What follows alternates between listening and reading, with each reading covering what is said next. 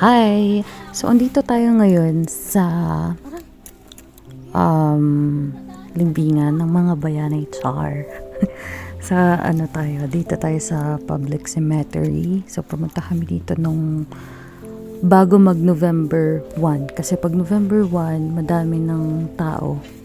Ayan, so, ganito yung itsura ng limbingan dito sa may Irisan, Baguio City. And dadalawin namin si Father.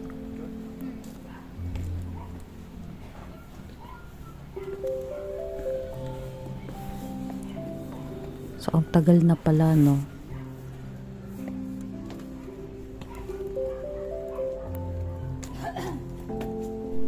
Ang tagal na pala, no?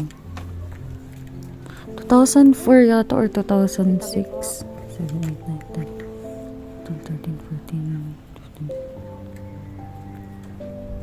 Ayan. So, ang tagal na pala na nung na nakalibing si Papa. And sana mailipat namin siya sa maayos na lugar para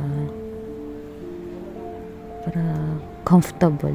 Yun. Pero nakakalakad naman kami ng maayos dyan. Pero yun, sana mailipat namin siya ng mas maayos na place. Hindi ganyan kalaki, diba? grabe naman, parang gubat na. Isang taon na eh. Hindi.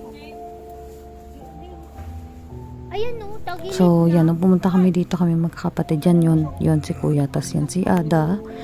Yun, yung kuya namin. Lahat kami magkakapatid, tas si Mama, si Balatang, at si Saling yung nandun. Yan, tas may isang sasayaw na. Oh. Diba? Yan, ganyan, masyadong maraming damo, kailangan linisin. Parang guguhon na nga yan eh. So, mamaya makikita nyo yung yung dun banda sa baba, yung medyo malapit.